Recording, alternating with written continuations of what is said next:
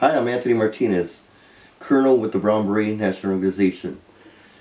And I'd like to thank everyone for coming to our first annual Reflections of Chicano History, focused on the Pilsen and South Chicago neighborhoods, going back from the late 1960s and 1970s. Check out our videos on YouTube, please. Appreciate it. Que viva la causa.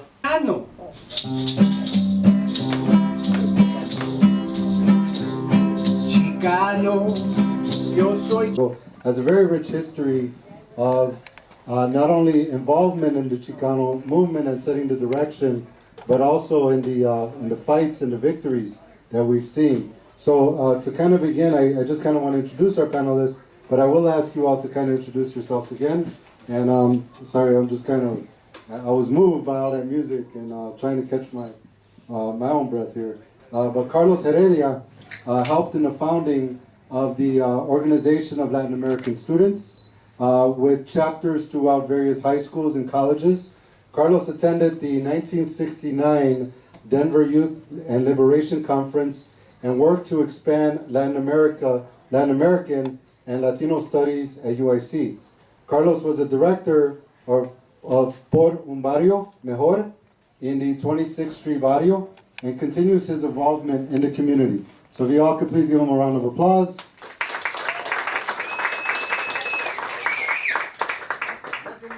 Also we're privileged to have Julia Morales, who is a lifelong resident of Pilsen. Her family worked in the fields of Tejas before migrating to Chicago. Since then, Julia has found inspiration in the Chicano movement since an early age, and helped form the organization of Latin American students, from attending the Denver Youth Liberation Conference to helping expand Latin American and Latino studies at UIC as well. Julia directed Un Barrio Mejor on 26th Street, and she's worked for 37 years with the Cook County State's Attorney's Office, and she continues to strive to make a difference in the lives of gente throughout Chicago and the region. So let's give her a round of applause, and thank you so much for being here. We also have Juan Solis. So Juan arrived, he's actually served for over 40 years as a public servant, an educator, and attorney. So born in Tejas as well, Juan was a founding member of the Chicano Youth Association in New Mexico, working closely with the Black Berets in Albuquerque. Juan went on to law school, where he was active with El Centro de la Raza and Casa Hermanidad General de Trabajadores. Juan graduated with a Juris Doctor from the University of Washington in Seattle, moving to Chicago in 1979 to join the Legal Assistance Foundation. Juan became the first supervising attorney for the Center for Immigrants and the first Mexican American to run for Illinois State Representative and the first Mexican American to be elected to both the Illinois General Assembly and the Alderman of 25th Ward. So everybody please put your hands together and welcome Juan as well. So I want to thank you all, and unfortunately for some reason when it starts to get later, I kind of need glasses, and my eyes start to get sleepy, and I guess it's just kind of what happens, right? But I don't want to lose the questions, but I kind of got most of them memorized. So what we're going to do is we're kind of going to continue in the theme of some of the questions that we asked coming from South Chicago, but I understand in Pilsen there were definitely a lot of unique struggles and a lot of unique history. So, one of the first questions I want to ask you is if you all could kind of introduce yourself. I kind of give a very high-level overview, yeah? If you all could talk about yourselves and a little bit about, your involvement in the movement and what you feel your contributions were. So, we're going to start off with one and then we'll go down. Thank you. First of all, gracias por invitarme, gracias for having me participate with all these distinguished panels. This fabulous entertainment that you coordinated for with us today. My special thanks to Anthony Martinez for inviting me to participate. It's just been terrific and very inspirational to me. My involvement with the Brown Berets goes back to the late 60s, early 70s. The black and brown berets were part of my growth politically, and I was honored and part of the liberation conferences, youth conferences in Denver with Jorge Gonzalez, and had the honor and really had the opportunity to participate in many struggles throughout my life, and since a very early age. So I'm quite honored to share my experiences both in New Mexico, in the Southwest, where I've been through most of the states, in Seattle, Washington, where I practiced law and went to law school and participated in many activities, as well as in Chicago, where I will elaborate a little bit later on when given the opportunity. But it's been an awakening this afternoon. I'm just honored to be part of it.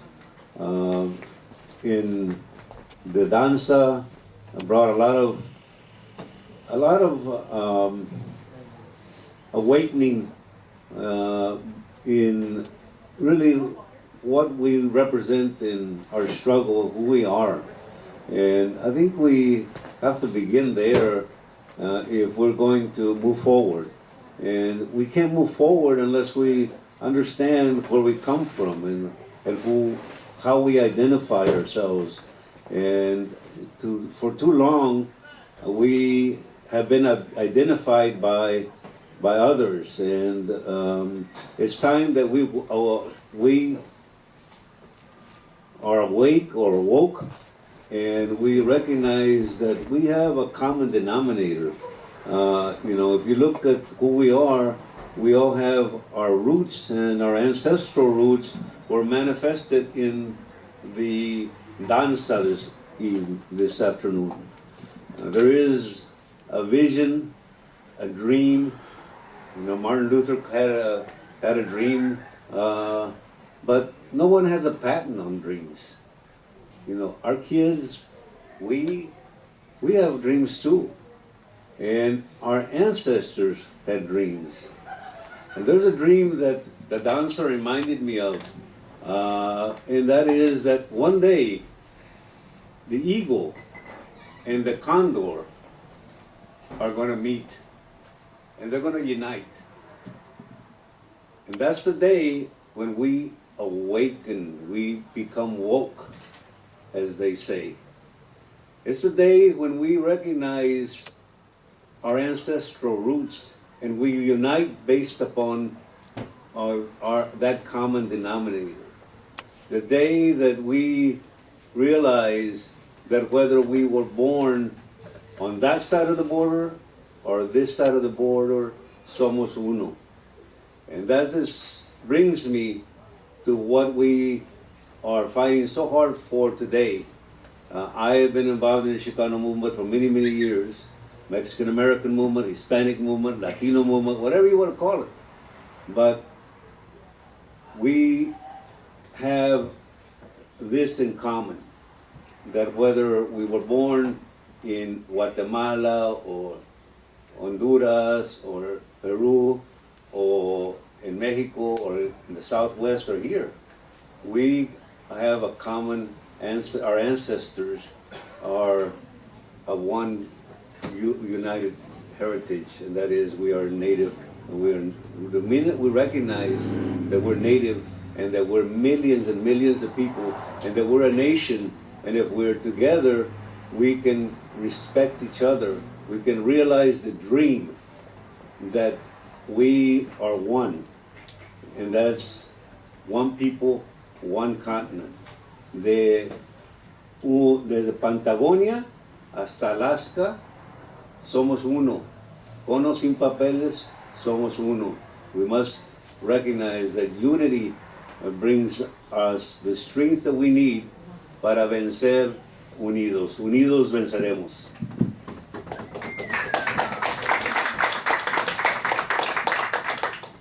Good afternoon, everyone. My name is Julia Morales. I come from 18th Street, better known as Pilsen, and I'm proud of it.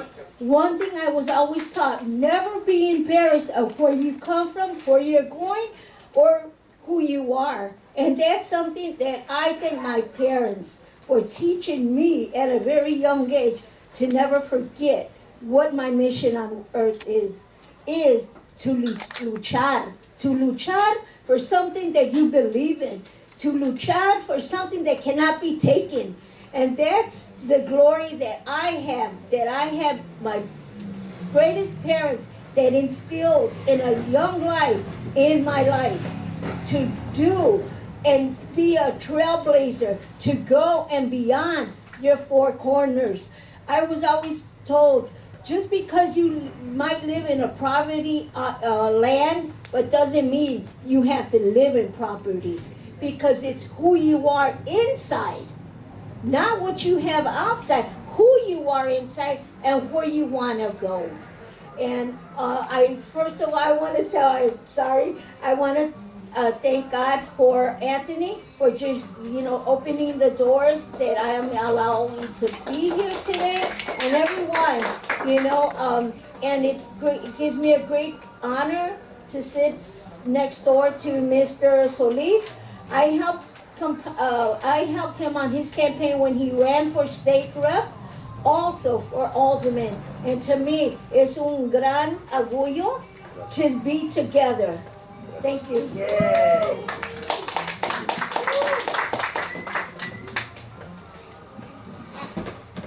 Como mis compañeros, quiero agradecerle a nuestro compañero Anthony Martínez por la invitación y también a todos los que tuvieron algo que ver en la organización de este evento.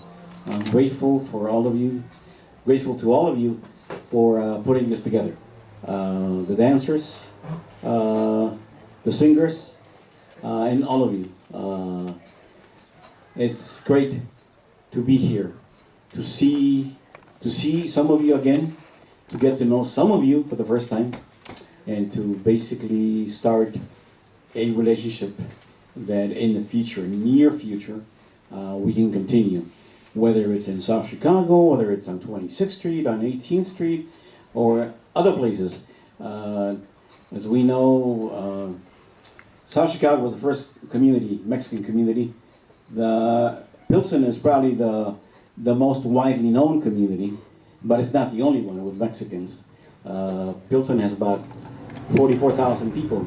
Little Village is about 86,000 people, so about double the amount. But each community has its own character, even though they're all Mexican. I was born and raised in Mexico City, not far from where Edgar, my compadre, lived. We didn't know each other in Mexico City. We lived in adjoining colonias. I lived in Colonia Morelos, and he lived in Colonia Peralvillo. We got to know each other here in Chicago. I was 12 when my parents brought the whole family to Chicago. I went to elementary school, 6th, 7th, and 8th grade in Pilsen. I lived on 19th and Ashland by St. Pius Church. As a matter of fact, I got to go to St. Pius not because I wanted a Catholic education, but because my parents were the ones who basically registered me to go there, even though we had a public school right across the street from our house. I couldn't understand why I couldn't just cross the street and go to school. I had to walk 2 blocks to get to St. Pius. But anyway, that's another story. So I have a lot of stories about my first time experiences in the schools, learning English, trying to make friends, having mostly Puerto Rican friends at St. Pius.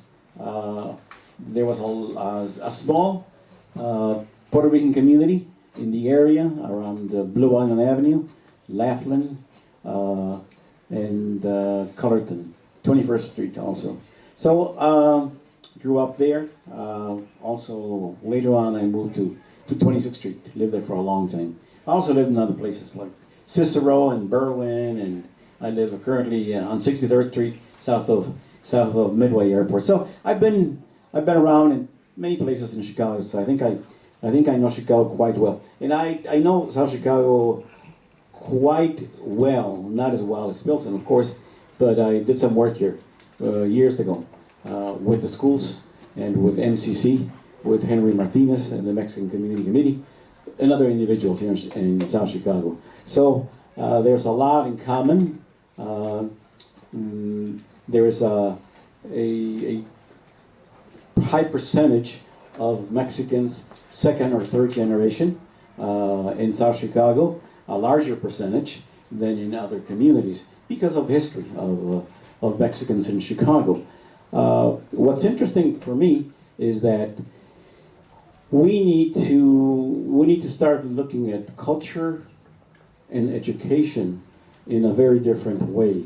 I was fortunate enough to also go to the University of Illinois, UIC, back in 1970.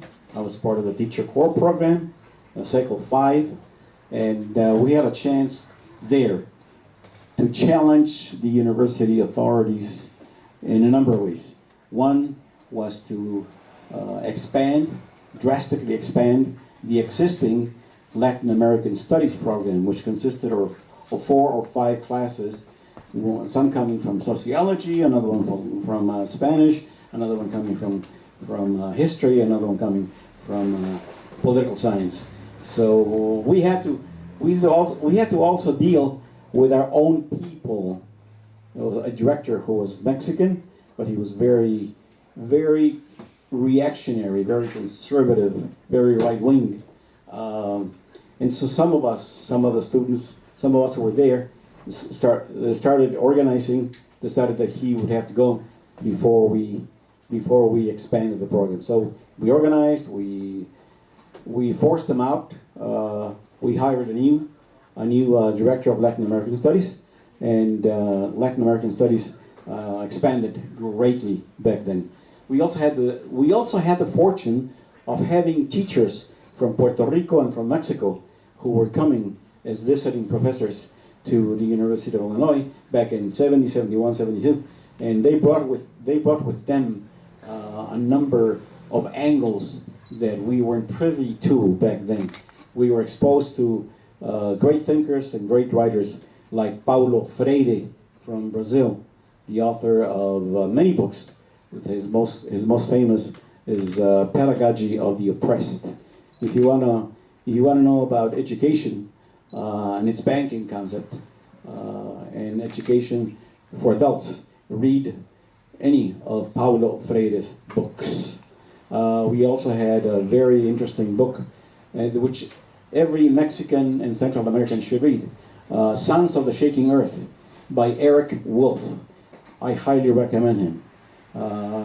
Fabulous anthropologist who deals with the civilizations of the area, Chiapas, Guatemala, Yucatan, Belize, that region, in a very different and exciting way. We were exposed to, we read Black Skins, White Masks by a black psychologist, Franz Fanon, who also wrote The Wretched of the Earth, Los Condenados de la Tierra. So we had a number of, many more. I'm just citing these 3 books, but there are many more. One that we didn't get to read then, but I recommend also. I know I'm getting off the subject a little bit. This is a book called México Profundo, Deep Mexico. México Profundo, by an author by the name of Bonfil Batalla. Bonfil Batalla. He makes a difference between the México Profundo and the México Imaginario, the imaginary Mexico that most Mexican politicians had been pushing and had been not giving the indigenous civilizations in Mexico their due. So I was exposed to a large number of individuals who shaped me. I got a chance to meet Paulo Freire when he came to town to the University of Illinois. I got a chance to meet many other Chicano leaders like Cesar Chavez and Reyes Lopez Tijerina, Corky Gonzalez, and the only surviving Chicano leader out of the top four, Jose Angel Gutierrez from Texas. Crystal City, Texas, from Cristal. Right. So he's still around. So we've been doing a number of things, and a little later I'll mention some of those things that we've been involved with. Awesome. Thank you so much. Appreciate it. So again, thank you all so much. So one of the things, when we talk history, one of the most important things to understand is context, right? Contextually. So looking back from your earliest involvement, especially more specifically looking in Pilsen area, could you speak a little bit, and we're going to start off with you, Carlos, could you speak a little bit to what the scene was like during some of your early involvement? When I came to Chicago, that was back in 1960. 1960, we lived half a block from St. Pius, as I mentioned. On my block, there were 4 Mexican families, only 4, back then. The majority were Polish, and there were some Czech families, but the majority were Polish. And those 4 Mexican families, 2 of them, they had children, but those children couldn't speak a word of Spanish. So I could relate to them, they could relate to me. So we never became friends. There were 2 other Mexican families whose children spoke Spanish. So I got closer to them. So making sense of your surroundings, your immediate surroundings, making sense of the educational system by going to school and by finding out that even though you didn't speak English, you were more advanced in a few areas. Like I felt that I knew more about math, history, and geography than my classmates when I came to Chicago in 1960s. So in 6th grade, 7th grade, and 8th grade, I did very well in those 3 subject areas, even though I didn't have a good command of the language. So I saw the transition between the western part of Pilsen, like from Blue Island west all the way to Western Avenue. That's where the heavy concentration of Polish and Bohemians were still there, and Mexicans were moving in from the east to the west. So that transition took place in about, I would say, from the time I arrived in 1960 to about 1967, 68. It was a quick transition. So many Mexicans in Pilsen. At that age, 12, 13, 14, 15, of course, there were some inklings as to what was going on, as to what racism was like, what shape it took, and you begin to think why some people act this way, and some people don't like others. They sometimes have never met. One incident that happened to us while coming to Chicago, we came in 1960. We didn't come on a plane. We didn't cross the border back then, like a lot of people later on had to. We came on the bus. Transportes del Norte from Mexico City to Monterrey, and then from there to Laredo, and then from Laredo to Chicago via Greyhound bus lines.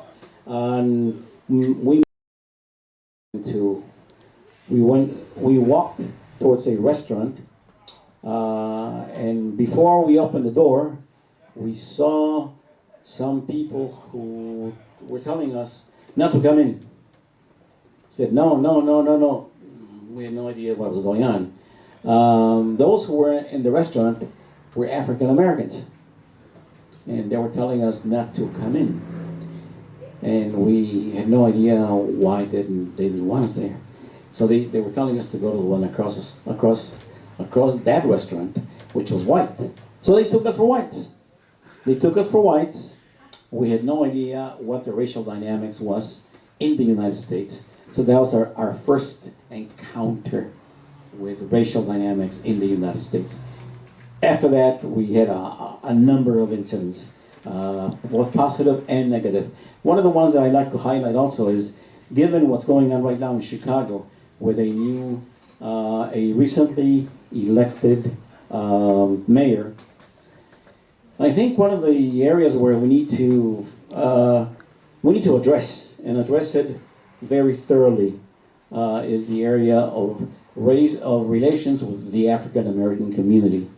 Even though we may say we're brothers, and we are brothers in the struggle. I mean, the more we dig into history, the more we find out how they've been oppressed, repressed, and exploited, just like we have. Unfortunately, sometimes we don't see the similarity of our struggles, and sometimes, given what happened during the election with the Vallis and Johnson, many of my friends whom I thought, hey, they're progressive, they were voting for Vallis. I said, wait a minute. I said, you were a progressive or a leftist, even a socialist, and you don't want to vote for a black candidate? Why? When they answered the question, it had to do with basically personal anecdotes. Oh, my brother was beaten up by a number of blacks. Oh, my house was broken into. Oh, my this, oh, my that.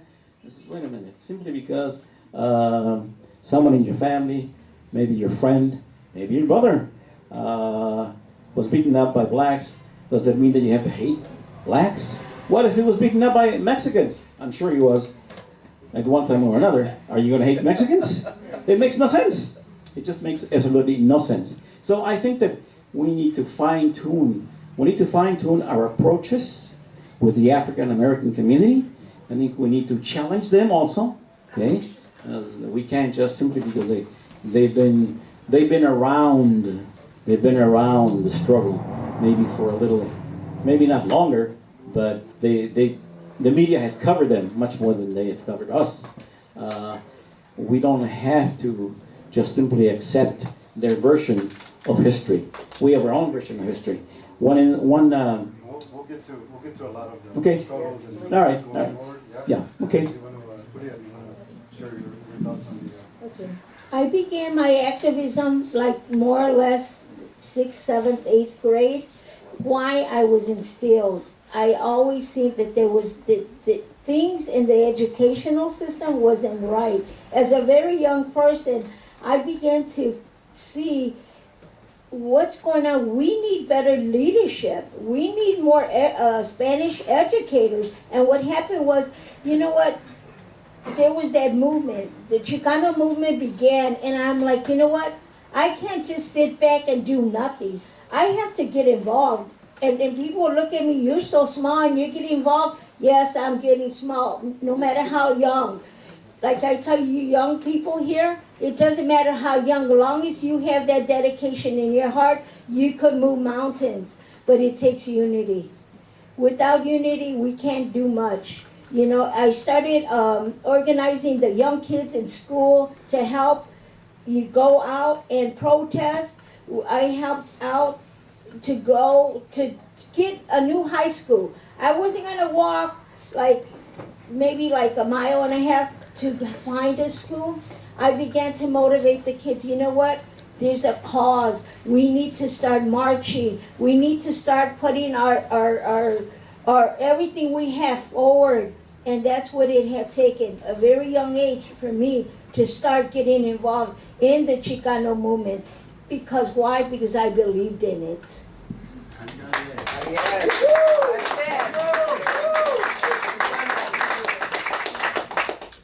I arrived in Chicago in December of 1978. When I got here, it was the first days of just one of the worst snowstorms and one of the worst winters that Chicago has ever known.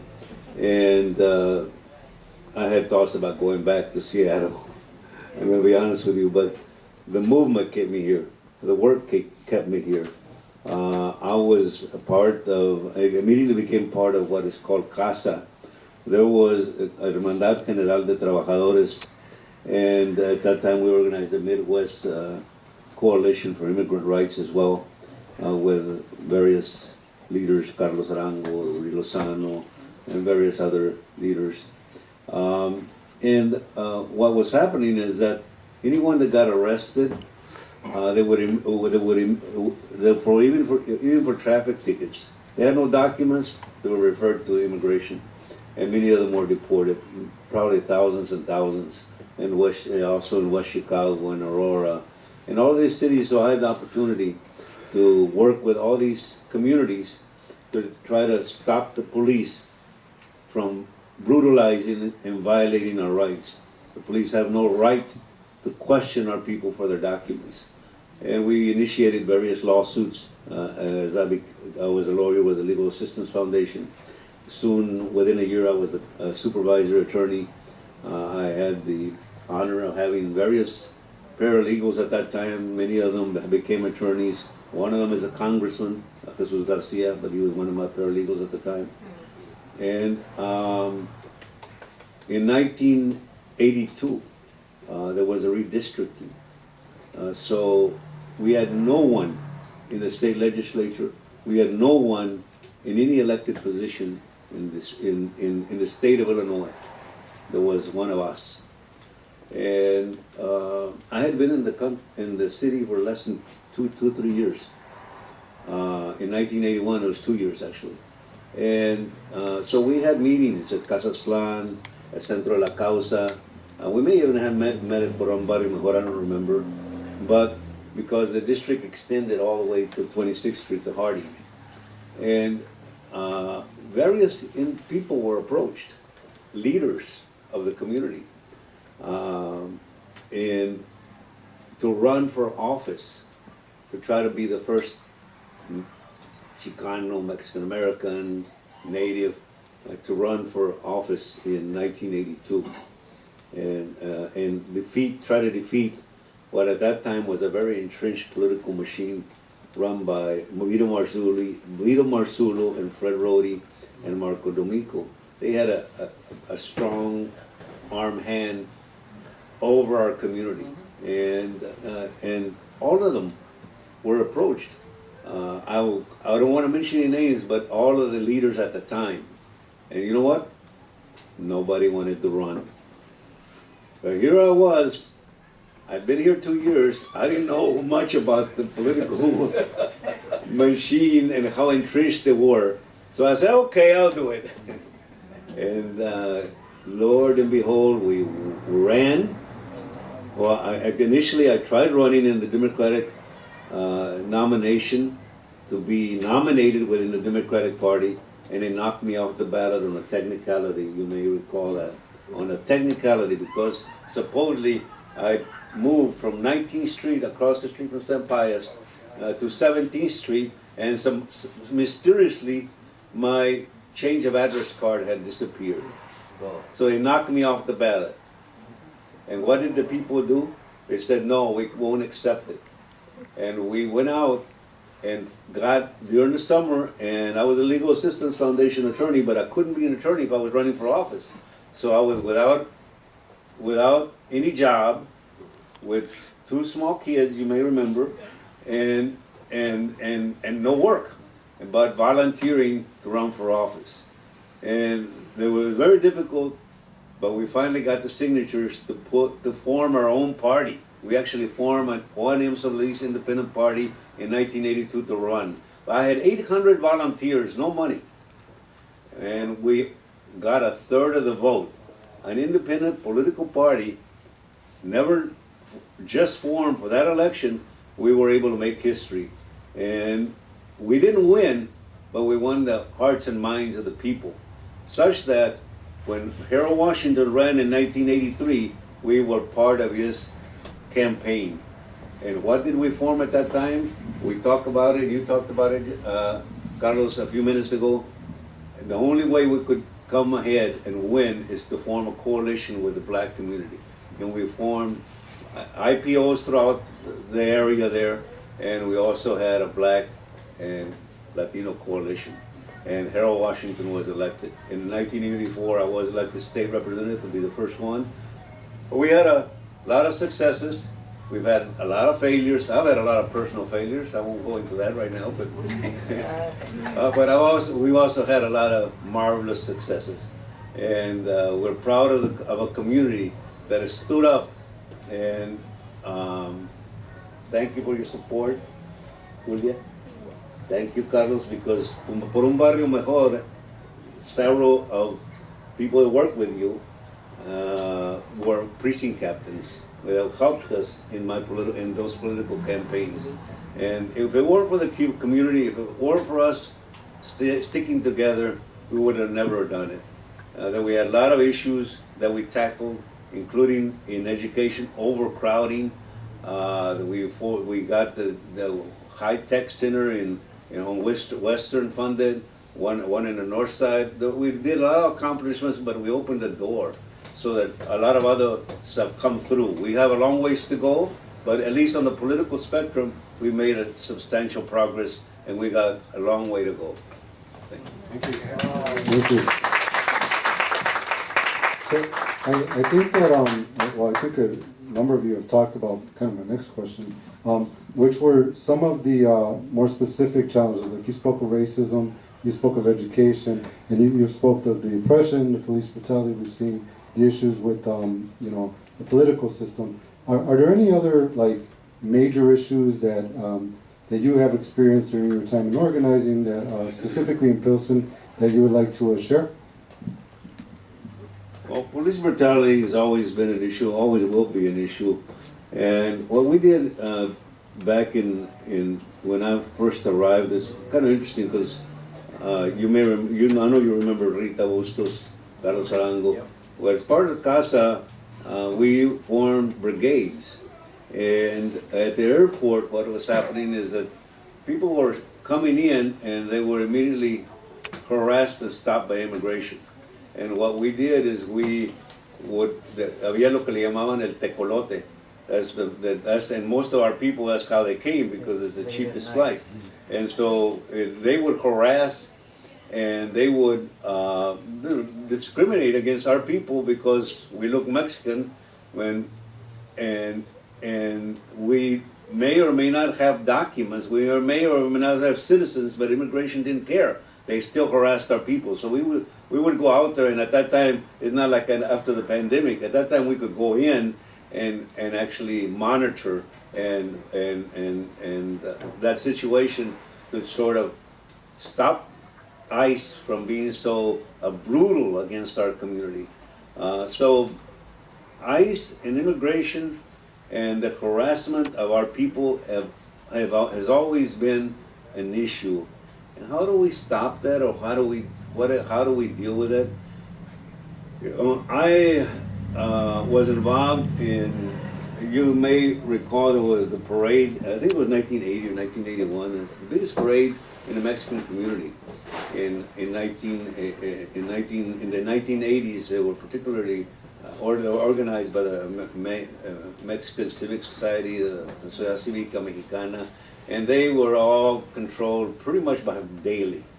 And we decided amongst us, CASA, to have a brigade or a marching unit where we would march with legalization and amnesty and all kinds of stuff. Well, what happened is they were the establishment, they didn't want us to march. And so what they did is they tried stopping us, and we marched anyway. And I was the attorney for the CASA and the group, and when they came to stop us, they said, well, no, we have an attorney here. And you know what? They arrested several of us, including Rita, Carlos, and myself, the attorney too. So the issue of immigration has always been an issue that we need to address and have a long way to go. Somebody mentioned Elvira Arellano, for example, and the sanctuaries. I was involved with Reverendo Landavera, may rest in peace, and we at least a dozen people we had in different sanctuaries that had deportation orders that we had to deal with over the course of the last years before he passed away a year ago or so. That is, I think, an issue that we're very close to, but there are many others that we've addressed over the years. I'm just honored that we have such a powerful community that's organized and will work, I think, until the end, until we have some justice for all our community, cono sin papeles.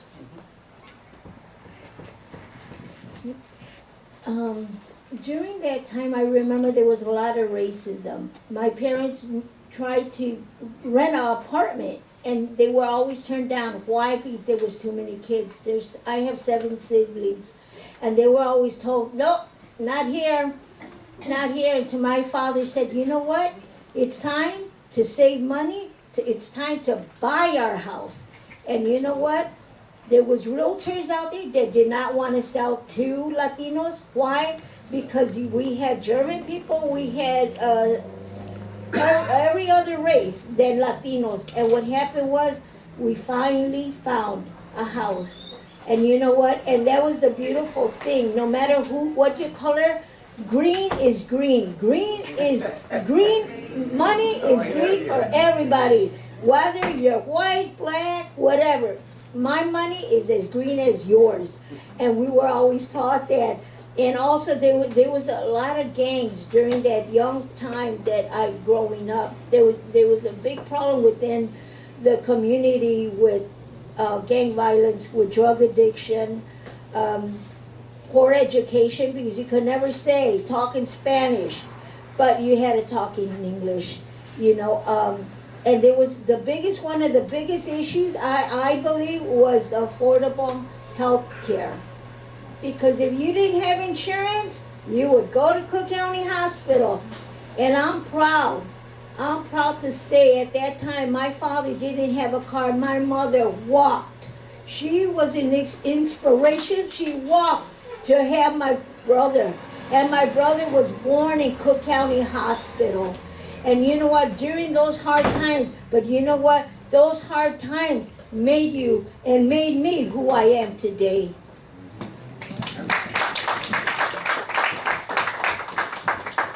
Yeah, sometimes when you don't find what you need, you have to create it.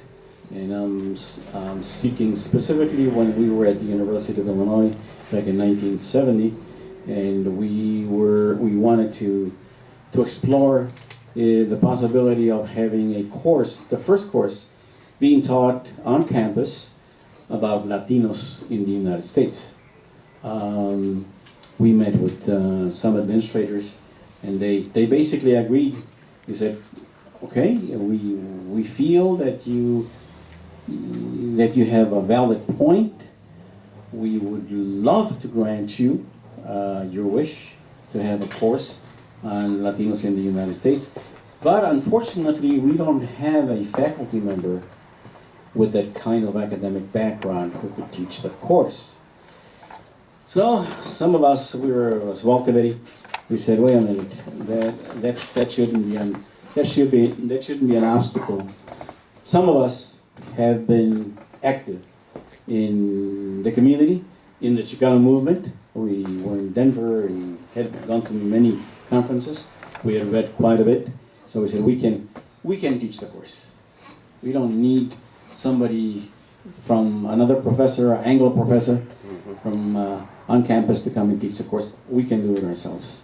So we said, how can we arrange it? So the idea was then to have one of the professors from the Spanish department. I remember her name clearly, first name, Lydia Fernandez, a Cuban woman, very nice woman, very personable, but as with most, I'm not going to say all, with most Cubans, very conservative, very right-wing, and very anti-Castro, because of their experience in Cuba. Anyway, she turned out to be the professor, on record. So her name was the one who appeared as the official instructor. The two of us, Omar Lopez and myself, who were both founders of OLAS at Loop College, we taught the course. We taught the course and invited guests to come in. And so that led to a number of other courses that we taught at the University of Illinois without having a BA. So if there's a need, and if there's someone who can fill that need, we can just go ahead and do it. We don't have to wait for them to give us permission, or we don't have to wait for them to find somebody. We can do it ourselves. Okay? So that's one of the at Loop College, when we went to Loop College in 1967.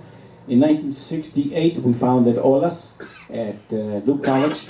We were in contact with our African American brothers, with the Black Student Alliance. We were having some, we were being hassled by some of the white students. The newspaper on campus wouldn't print our stories, so we went to the administration and we said, you know what, we're having these difficulties. We want our own newspaper, and we got it. We got our own office, we got our own budget, and the budget was for a newspaper that would be run by both Latinos and African Americans. So we came up with the name, The Third World. That was the name of the newspaper, and so we had articles in Spanish and English that reflected the African American reality and the Mexican and Puerto Rican reality. So that's why I think that it's important for us to think, strategize, plan, and sit down with our African American brothers, especially while things are happening in Chicago. It's time for us to begin to learn from each other, to teach each other, and to support each other. So I think you all kind of covered like a couple of the questions I was going to ask, but definitely I'm just going to kind of wrap up with two more questions. So you talked a lot about the actions and things that you were able to do. Can I ask you, you know, in organizing work, and we've experienced this throughout the years, is that, you know, you have a number of challenges. You may have failures, right? But then some of those failures may ultimately also lead to successes. Could you briefly just talk about some of the maybe some of the failures that you may have experienced in the organizing work, and then some of the successes? I don't know about the failures. All of us have had failures. I don't know where to start. For example, in 1991, I ran for, that was my last, the election that I actually lost when I was not the alderman. And too many times when we are in office, we are somewhat not measuring how many votes we can get in the next election, but we become sort of like idealists. And one of the problems that I have always said is that, you know, I was an idealist. I mean, I ran for mayor in 1988, not because I thought I could win, but because I thought it was important for our young ones out there to see someone with the capacity, with the education, with the preparation that could debate on a mayoral level, if not a national level, at the same as a Richard Daley or somebody, and at that time I think Verdoliak and other candidates. And you know, you become a visionary sometimes before your time. And at that time, I for example, was one of the first aldermen to propose cameras, and the libertarians were very critical of me because they would say, hey, you're violating the privacy rights of the citizens. And now we have them all over the city. I was the first one to present proposals that they have metal detectors in schools. And again, I was criticized that there would be violation of the rights of students and the rights of, and here you go, now you have metal detectors all over the place. In 1988, in the early 80s, in the 80s, I was proposing a casino, or at least 4 casinos at that time, for the city of Chicago, because I just didn't see any logic in our people going to Aurora, Joliet, or Indiana to leave our tax dollars there when they could leave it here and we could lower the property taxes. And I was proposing that way back then, and I was criticized for that because, you know, it was a criminal element that we would be bringing into the city. And now we're going to have a casino in the city of Chicago.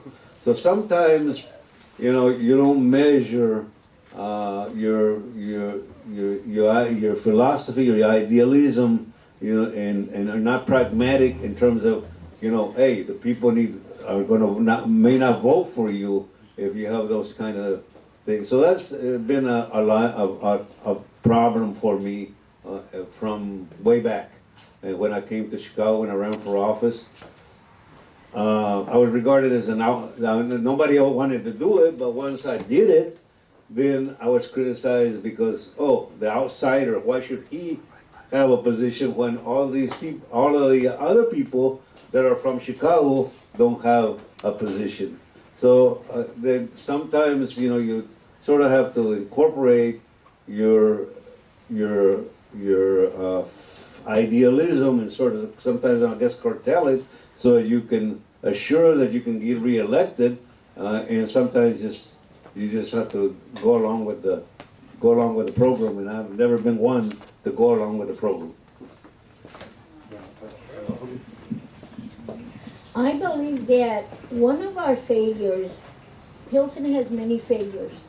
I'll be first one to tell you. But you know what? Through those failures, we've learned. We have fallen, but we have gotten up. As one, not only me, we have gotten up and we continue to fight the battle. And I know there was many, to me a failure was when we lost something. One thing that really, really hurted me is when we lost a building that many of us know as Casa Slan. When we lost that building, I felt we kind of lost our identity of who we are. Because if it was not for Casa Slan, I would probably not be here. It motivated me. It taught me photography. It taught me how to get off the streets and do nothing good out there. It has taught me. And you know what? When we lost, Casa Slan to me was my White House. Yeah, it represented, to me, it was like my White House. Why? Because we were able to learn. They were always teaching us new things. Besides being out there, you know, they taught us good. And for those that never took advantage of Casa Slan, shame on you. Because it was always there. Even though they had their battles, but you know what? They taught us how to paint. They taught us photography. They taught us how to work with clay. It was a beautiful thing. And let me see. And our challenges, that we needed a new high school. You know, we needed a new high school, and I thank God because Benito Juarez, through our struggles, Benito Juarez was made.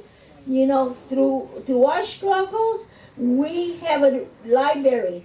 We have a library named Rudy Lozano. Many of you guys know who Rudy Lozano is, which was one of my persons that I admired growing up. And we have a Cesar Chavez Library, named after Cesar Chavez. Many people don't know that, but to me, that was our challenges to get representation in those areas, get representation in the education. So. Thank you.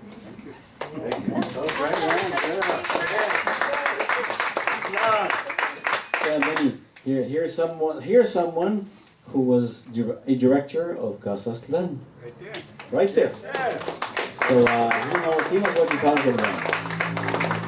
You know, unfortunately, some of the lessons are very are very difficult and hard to learn and hard to swallow. Kazakhstan disappeared not because of gentrification. Kazakhstan didn't disappear because somebody came down and shut it down. The city shut it down because of violations. Kazakhstan closed its doors because the people who were leading it, who were heading it, the board also, did a very irresponsible job. And there was nobody out there, not the media, not the newspapers, nobody to call them on the carpet. Okay? Unfortunately, some of our own people sometimes are some of our worst enemies. So we need to hold our own people accountable too.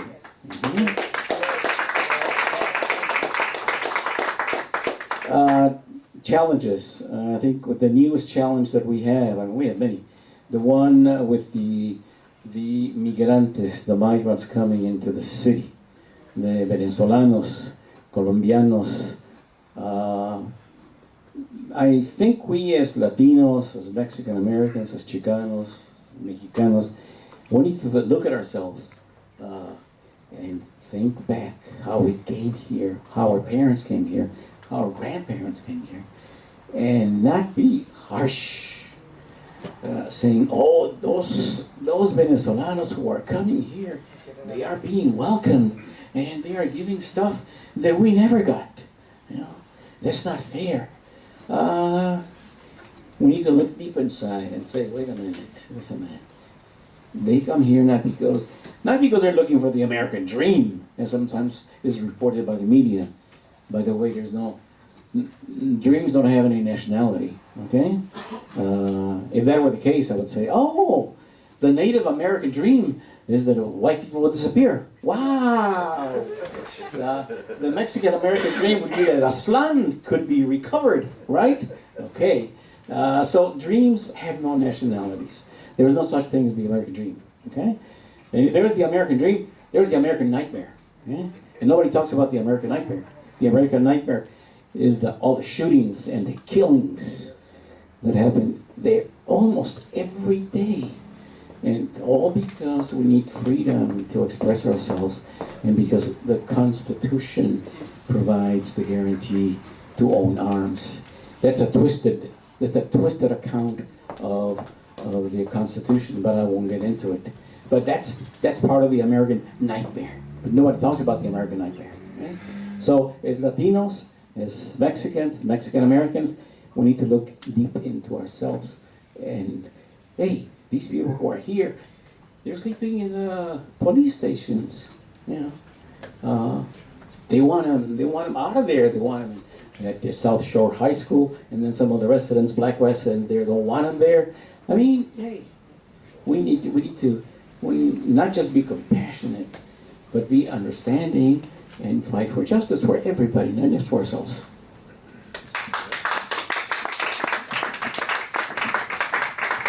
So I just kind of I want to end the session with one more question, and then what we're going to do is we're going to invite all of our panelists to come up just for maybe about 3 or 4 questions from the audience. Is that fine with everybody? Yeah. I know it's been a long day, but hopefully y'all are having fun. So kind of going back to the question that I ended off the South Chicago session with, if there was one word that you could use to, provide as like an insight or direction for those going forward, in their quest to continue your work and continue, fighting on behalf of Gente, what would it be? One people, one continent. All right. Focus. Organize. All Organize right. like hell. Nice. Thank you so much. Thank you. Let's give them all a round of applause. And then if we could invite the Ano.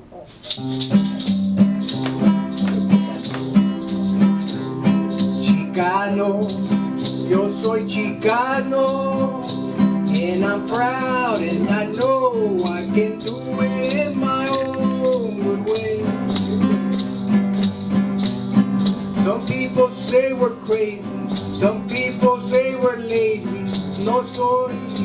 puro mexicano.